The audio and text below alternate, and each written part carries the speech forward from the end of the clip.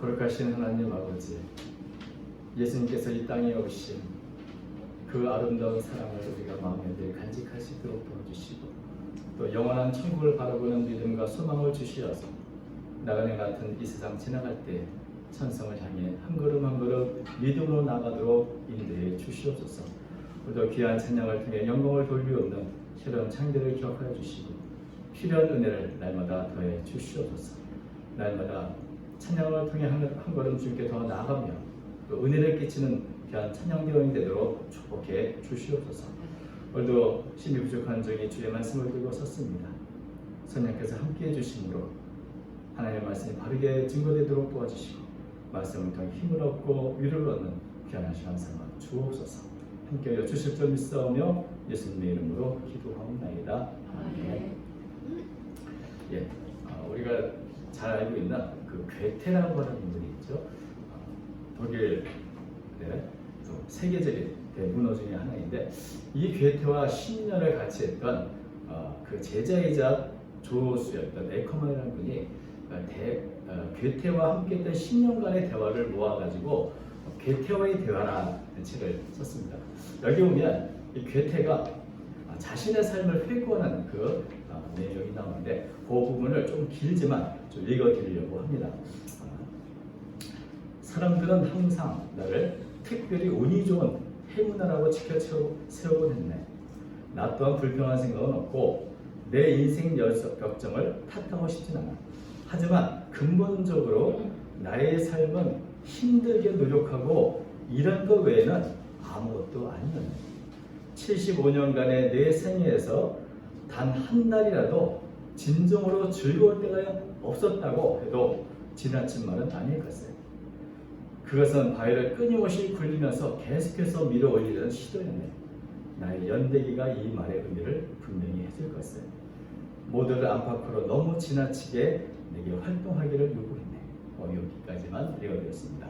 많은 사람들이 괴테하면 파우스트, 훌륭한 작품들, 또 철학자이자 과학자이며 재산까지도 지녔던 이 파우스트의 인생을 참 부러워하고 참 성공한 사람이라 이렇게 평가하지만, 또 그는 정말 최고의 행운이었다라고 부러워하기도 하지만, 괴테 자신은 75년의 인생 속에 단 한 달만이라도 진정으로 내가 즐거운 때가 있었다. 그럴 때가 없었다. 이런 고백을 하는 것이죠. 괴테가 84세 정도에 이제 세상을 떠나는데, 75세 이후 그 몇 년 동안 또 어떻게 살았는지 알지 못하지만, 근본적으로 노력하고 자꾸만 굴러내려오는 바위를 올리려고 하는 그 시도 속에 살다가 이 세상을 떠나는 게 아닌가 하는 그런 회한을 이 괴테의 고백에서 볼 수 있습니다. 우리가 살아온 인생도 한번 회고보면 나의 삶에 정말 진정으로 가치 있고 진정으로 행복했던 그런 시간은 얼마나 될까 한번 생각해 보시기를 바랍니다. 오늘 성경을 보면 야곱이 자기의 살아온 삶에 대해 평가하는 그런 내용이 나옵니다. 이 회고를 할 때는 온 땅이 기근이 심해서 자신의 아들 요셉이 가나안 땅에 있는 이 야곱의 모든 가족들을 애굽으로 이렇게 옮겨오는, 그래서 그 모든 조치를 한 후에 이루어진 일입니다. 요셉의 아버지 야곱을 이제 요셉은 바로왕에게 소개를 하죠. 바로가 묻습니다. 이거 어떻게 되시냐 했더니 야곱이 이렇게 자신을 말합니다. 9절이죠. 야곱이 바로에게 아뢰되 내 나그네의 길의 세월이 130년이니이다. 내 나이가 얼마 못 되니 우리 조상의 나그네 길이 연주에 미치지 못하나 험악한 세월을 보내었나이다. 여기 보면 두 가지로 자신의 삶을 이렇게 평가하는 표현이 나옵니다. 하나는 나그네 길의 세월이다.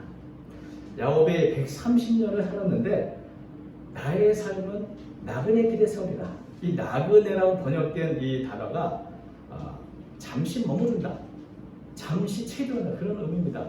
그러니까 야곱은 130년 동안 떠들이로서 이것저것 나그네의 세월을 살았다는 것이죠. 우리 잘 아는 것처럼 아버지 이삭의 집에 나와서 도망쳐서 외삼촌 집에 얹혀 20년 살다가 또 다시 가나안 땅에 왔는데 숲고 배들 또 뭡니까 마물의 세계 이런 여러 지역을 다니면서 이렇게 살았습니다. 그러니까 참 나그네 세월이죠. 그러나 사실은 이 지역을 옮겨서 나그네가 아니라 한번 생각해 보십시오. 130년 동안 또 얼마나 수많은 사람들이 야곱 곁에 머물다가 떠나갔습니까? 사랑하는 아내도 떠나가고 사랑하는 이웃 친구 130년쯤 살면 정말 수많은 사람이 지나가죠. 저도 이제 60이지만 가만히 생각해보면 참 친했던 친구도 또 존경했던 분들도 하나씩 둘씩 이렇게 떠나가는 그런 잠시 머물다 지나가는 모습을 보면서 참 인생이라는 게 참 더덥구나를 느끼게 되는데 야곱도 130년 동안 수많은 것들 또 수많은 사람들 다 지나가고 결국 나도 지나갈 것이다. 그런 면에서 나그네 길의 세월이라고 표현하는 것이죠. 이것이 단지 자신만의 문제가 아니라 오늘 계속해서 보면 우리 조상의 나그네 길의 연조에 믿음은 우리 조상의 나그네 길 그러니까 자신뿐 아니라 우리 조상들 존경하는 아브라함, 이삭, 할아버지, 아버지 다 나그네 길을 살아왔고 나도 나그네 길을 살았다는 고백을 하는 것을 보게 됩니다. 이것은 결국 모든 사람은 다 나그네 길을 걸어가는 거다. 그런 인식을 지금 야곱이 갖고 있는 거죠. 그런데 여러분 야곱이 어떤 사람입니까? 평생 이 땅에서 뭔가를 이루기 위해서 아주 치열하게 부단히 살아왔던 부단히 싸우며 살았던 사람입니다. 사람을 속이는 것도 굉장히 많이 했죠. 아버지부터 시작해서 내가 뭔가 얻을 게 있다면 수단으로 가리지 않았습니다. 팥죽을 이용해서 형 에세 장자권도 이렇게 속여서 취했고 아버지를 속여서 축복을 받았고 삼촌 라반의 집에 가서도 여러 수단 방법을 가리지 않고 양태를 모았다. 이런 걸 보면 참 야곱은 치열하게 무언가 이 땅에서 이루려고 모으며 살았는데 지나가 보니 다 그게 잠시 머물렀다가 지나가는 나그네 길에 세워졌다. 이런 고백을 하는 것이죠. 그래서 이런 고백은 단지 내 인생이 참 떠도는 인생이라는 것이라기보다는 결국에 이 땅의 모든 삶은 다 나그네 삶이고 우리가 가야 할 영원한 집, 영원한 본향 그것이 바로 내가 머물 곳이라는 그런 믿음과 소망을 고백한 것으로 보고 있습니다. 왜냐하면 이것을 이제 히브리서에 보면 11장 14절에 이렇게 말하죠. 그들이 이같이 말하는 것은 자기들이 본향 찾는 자임을 나타냅니다. 내가 이 땅에서 애쓰고 모으고 세워놔도 결국은 다 지나가는 것이고 나는 머물지 못한다. 내가 가야 할 곳은 영원한 본향은 따로 있다. 이런 믿음으로 살았다는 것을 말해주는 것입니다. 사실 나그네 길의 세월인데 왜 그렇게 아둥바둥 살았는가 이런 회한이 좀 담겨 있는 것이죠. 제가 이번 주에 지난주죠 이사를 했는데 이사를 해본 분들은 다 궁금한 게 있습니다. 생각보다 이삿짐이 많습니다. 구석구석에 담가놓고 숨겨놓은 그런 물건을 다 꺼내고 나면 이제 고민이 시작됩니다. 가져갈 것과 가져가지 않을 것을 구분해야 돼서 이게 참 힘든 일인데 저도 한 35년 동안 갖고 있었던 그 당시는 참 좋은 자료들과 좋은 것들이라고 모았던 것들을 이번에 다 정리했습니다. 흔히 설레지 않으면 버려라 이런 말이 있는데 내가 이것을 계속해서 갖고 갈 이유가 있을까? 하나하나 이렇게 생각하면서 정리를 많이 했습니다. 그러면서 느끼는 게 뭐냐면 내가 가진 것 중에 가치 있는 것과 가치 없는 것 이것을 계속해서 구분하고 분별하면서 조금 내가 더 현명해진 게 아닌가 하는 생각을 하게 됩니다. 아마 이사를 자주 하면 그만큼 더 현명해질 것 같아요. 자꾸 쌓아두지 않고 버릴 거 버리고 좀 정말 단순하고도 깨끗하게 살지 않을까 하는 생각을 하게 되는데 인생이 나그네 길이다. 우리가 잠시 머무는 것이다. 내게 와서 함께 있는 분들도 영원히 함께하는 것이 아니라 내게 머물렀다 또 때가 되면 지나갈 것이다. 이렇게 생각하면 함께 있는 시간이 그만큼 소중한 것이죠. 중요한 것이죠.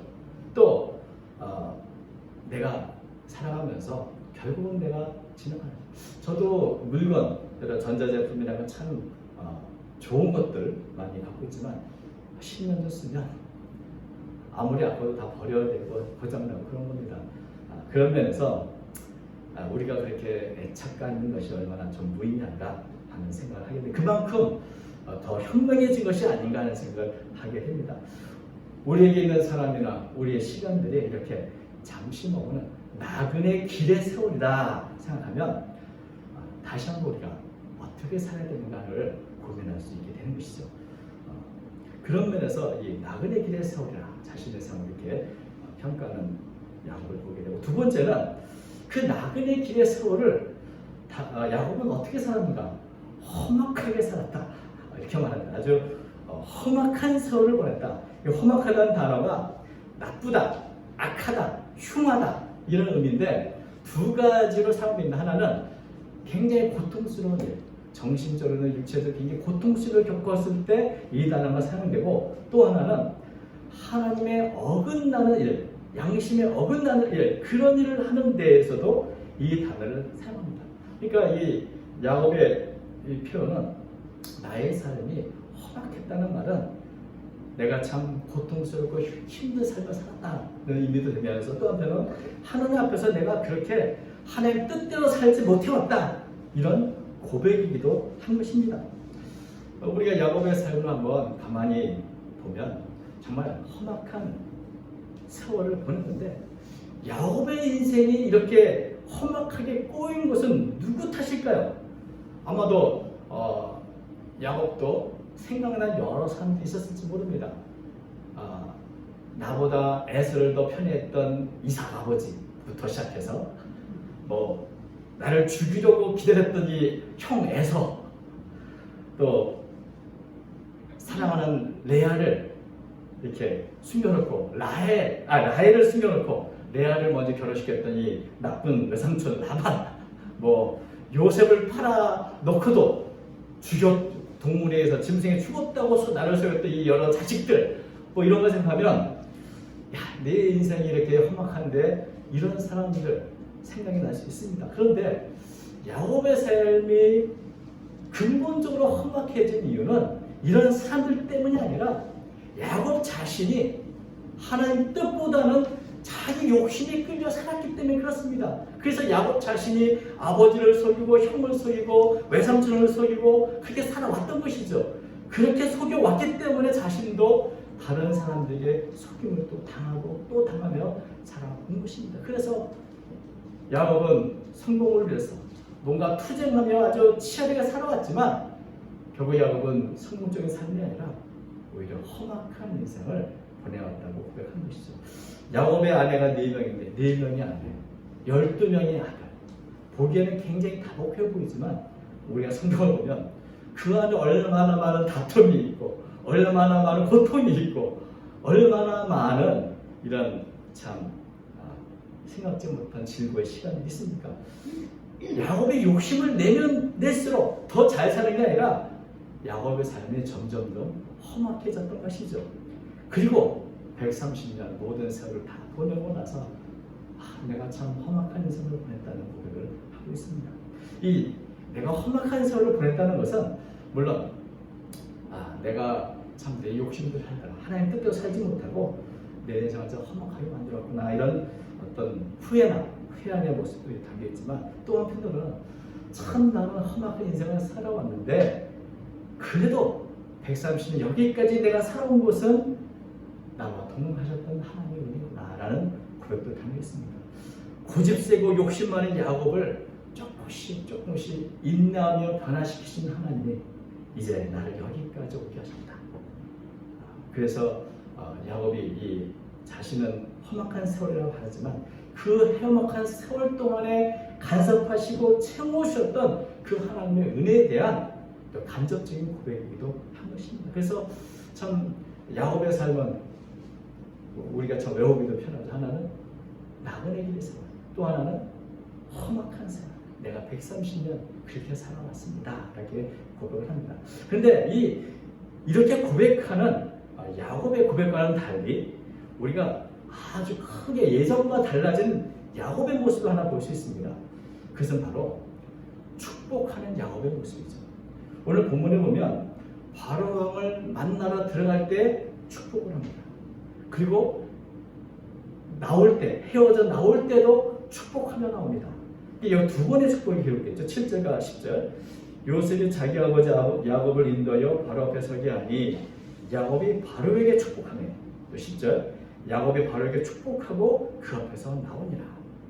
들어갈 때도 축복, 나갈 때도 축복하는 이 바로의 야곱의 모습을 볼 수 있는데, 지금 야곱은 기근 때문에 도움을 받기 위해서 바로 왕에게 왔습니다. 그런데 이 바로 왕과 야곱을 비교해보면 누가 더 높을까요? 세상적으로 보면 바로가 대애굽 제국의 왕이고 흔히 말하는 태양신의 아들로 불려지는 파라오, 이 바로가 정말 신분 더 높지만, 그다음 누가 축복을 해야 됩니까? 이 바로가 축복을 해야 되고, 이 애굽에 도움 청하온 이 총부 야곱이 축복 받아야 될 것 같은데, 거꾸로 지금 야곱이 바로를 축복하고 있죠. 이 히브리서 보면 이렇게 말합니다. 7장 7절. 논란의 여지 없이 낮은 자가 높은 자에게 축복을 받느니라. 낮은 자가 높은 자에게 축복을 받는 것이고, 높은 사람이 낮은 자를 축복하는 것이죠. 여기 보면 인간적으로 보면 바로 왕이 더 높은 것 같지만, 야곱은 그 절대 강자 바로 앞에서 나는 하나님의 사람이라는 의식을 갖고 그를 축복하는 겁니다. 그러니까 굉장히 달라진 것이죠. 아마 예전에 야곱이 바로 왕 앞에 섰다면, 저 바로 왕을 통해서 내가 뭘 얻을까? 그런 생각을 할지 모르지만, 지금은 완전히 그런 것과 떠나서 내가 하나님의 사람으로 내가 당신을 축복합니다. 이런 모습을 하고는 이 달라진 야곱의 모습을 볼 수 있다는 것입니다. 우리에게 호의를 베푸는 감사한 마음으로 나는 당신에게 하나님의 축복을 전합니다. 이런 모습이죠. 참 이게 믿음으로 당당하게 바로 축복하는 이 모습. 바로 스스로 또 수많은 그 당시 시민들이 태양신이 아니라 그러는데 그걸 인정하지 않고 당신은 결국 하나님의 축복이 있어야 사는 사람이라고 하는 고백을 이렇게 하는 것을 보면, 참 야곱이 예전과 너무 달라진 모습을 보게 됩니다. 사실 야곱의 삶을 한번 쭉 읽어보면 그 핵심의 중심 내용에 축복이 있습니다. 야곱이 부단히도 이 축복을 받으려고 얼마나 애썼는지 모릅니다. 아버지를 속인 이유도 따지고 보면 축복받으려고, 어떻게든 내가 축복받겠다, 거짓말까지도 불사했던 것이 이 야곱이고, 약복강가에서 축복받겠다고 허벅지 관절을 일골되도록 붙잡았던 씨름했던 사람이 야곱입니다. 창세기 32장 26절. 그 사람이 가로되 날이 새려하니 나로 가게 하라. 야곱이 가로되 당신이 내게 축복하지 아니하면 가게 하지 아니하겠나이다. 이 야곱의 생각 속에는 축복받아야 된다, 축복받고 싶다, 축복받아야 이런 생각으로 가득 찬 모습이죠. 근데 이제는 그 야곱이 축복받는 게 아니라 축복하는 사람이 되는 거예요. 축복을 하는 거예요. 내가 뭔가 받겠다고 손을 엉켰던 이 손을 펴서 이제는 바로 하는 거죠. 앞으로 계속 성경을 보면은 47절, 38장, 47장, 48장, 49장 모두가 야곱의 축복에 대해서, 축복하는 야곱의 모습에 대해서 기록이 되어 있습니다. 바로를 축복하고 요셉의 두 아들을 축복하고, 그리고 자신의 12아들들을 그 분량에 맞게 축복하죠. 49장 28절. 이들은 이스라엘 12지파라. 이와 같이 그들의 아버지가 그들에게 말하고 그들에게 축복하였으니 곧 그들 각 사람의 분량대로 축복하였다. 그러니까 지금 축복받겠다고 그렇게 했던 이 야곱이 47장 이후로는 축복하는 사람으로 이렇게 기록이 된 것을 보게 됩니다. 어떻게 보면 우리가 이 아브라함의 삶의 특징은 재단 쌓는 것으로 생각할 수 있습니다. 아브라함은 자신의 본토 친척을 떠나서 어느 곳에 가든지 도착하는 곳에 재단부터 쌓았습니다. 가나안에서 재단 쌓고 늘 재단 쌓는 모습, 그것이 아브라함의 삶의 특징이라면, 그 아들 이삭은 우물 파는 게 특징이죠. 이삭은 평화의 사람이라 싸우기를 원하지 않고, 누가 이물 뺏어가면 됐어 그래 가자, 그리고 또 가서 또 우물을 파서 또 파고, 그럼 또 샘물이 나고, 계속 우물 팠던 이야기들이 참 많이 나오죠. 평화의 사람은 이삭의 모습을 본다면, 야곱은 축복하는 사람, 그 사람이 바로 야곱의 마지막 말년의 특징을 보여줍니다. 정말 가장 아름다운 모습이죠. 예전에 이제 축복받겠다는 사람 그 야곱이 이제는 축복하는 삶으로 생을 마치게 되는 것을 보게 되는 것입니다. 이 야곱이 이렇게 바로를 축복하고 자녀들을 축복하는 이유는 그 근거가 무엇인가? 그래서 아브라함을 하나님께 부르실 때 뭐라고 그랬습니까? 복의 근원, 복의 통로 부르셨습니다. 너를 통해서 천하 모든 민족이 복을 받으리라. 그런데 그 복이 이제 야곱을 통해서 사실은 점점 흘러나오는데 야곱은 축복의 사람으로, 축복하는 사람으로 변화된 모습을 보여주고 있는 것입니다. 예전에 축복받는 삶은 축복하는 삶. 그래서 하나님이 주신 축복을 전해주는 그런 역할을 하며 말년의 삶을 보냈다. 이것을 우리 본문을 통해서 알게 되는 것입니다. 우리의 삶을 한번 생각해 보면 우리의 삶도 참 야곱과 별 다를 것 없이 나그네 길의 세월을 걷고 있고 또 험악한 세월을 보냈습니다. 또 보내고 있습니다. 그러나 우리가 이 말씀 속에서 한 가지 교훈보다 이것은 이제 더 이상 축복받겠다는 그런 삶에 머물지 말고 다른 사람을 축복하는 삶으로 나가야 되지 않을까. 베드로전서 2장 9절에 이런 말씀이 있죠. 너희는 택하신 족속이요 왕같은 제사장들이요 거룩합니다. 왕같은 제사장. 이 제사장의 가장 큰 직무 중에 하나가 축복하는 겁니다. 우리 그리스도인들은 하나님께서 왕같은 제사장들로 세웠는데 이제는 그 역할을 해야죠. 어떻게? 축복의 통로로 다른 사람을 축복하는 삶을 야곱처럼 살아야 하는 것입니다. 아브라함에게 약속한 그 약속이 야곱을 통해서 전해지는 것처럼 그리스도 예수님을 통해서 받은 우리의 은혜와 축복이 이젠 왕같은 제사장인 우리들을 통해서 다른 사람에게 전해져야 되는데 어떻게? 축복하면서. 사실 축복한다는 것 자체가 이미 내가 축복받은 사람인 것을 드러내는 일입니다. 축복을 받았기에 다른 사람을 축복할 수도 있는 것이죠. 내가 넘치는 하나님의 은혜와 축복을 받았습니다. 이제는 내가 이 축복 전해줍니다. 하나님의 말씀의 능력으로 또 하나님의 그 사랑의 그 권세 이런 것으로 이제 왕같은 제자 역할로 축복을 전해주는 축복의 통로가 될 수 있는 것입니다. 그리고 우리가 이렇게 다른 사람을 축복할 때 예수 그리스도의 이름으로 축복하는 그 축복을 주님께서는 이루어져 주시고 또 우리를 통해서 하나님의 놀라운 은혜를 우리 이웃에게도 전해주게 되는 줄로 믿습니다. 야곱이 아브라함 때로부터 받은 이 축복의 통로라는 사명, 권한, 책임이 있다고 한다면 오늘 우리들도 동일하게 끊임없이 다른 사람을 축복하고 축복의 통로로 살아야 할 그런 사명도 있고 권한도 있고 책임도 있는 것입니다. 그것이 우리가 이 땅에 살아야 할 이유이기도 한 것입니다. 그래서 저는 생각하는데 잠시 머물다 가는 이 인생 또 나와 함께 잠시 머물다 있는 사람들 모든 것들을 좀 축복하며 살자 이런 생각을 하게 됩니다. 아침에 눈을 뜨면 하나님께 감사하고 오늘 하루의 시간을 축복하고 또 나와 함께 하루를 살아갈 우리의 이웃들, 우리의 위종자들, 우리의 사회를 축복하고 내가 일하는 직장을 축복하고 이웃을 축복하고 자녀를 축복하고 이렇게 축복할 때 하나님의 더 큰 은혜가 우리에게 임하고 우리를 통해서 우리의 사회가, 우리 국가가, 우리 이웃들이 축복을 받게 되지 않겠는가 생각을 하게 됩니다. 여러분, 축복하는 자가 복된 자입니다. 축복하며 사는 삶이 아름답고 가치 있는 삶입니다. 날마다 우리 시간을 축복하고 우리 이웃들을 축복하고 저와 여러분 되시길 바라고 삶의 현장에서 축복의 통로로 축복의 삶을 살아가는 저와 여러분 되시기를 주님의 이름으로 축원합니다. 아멘.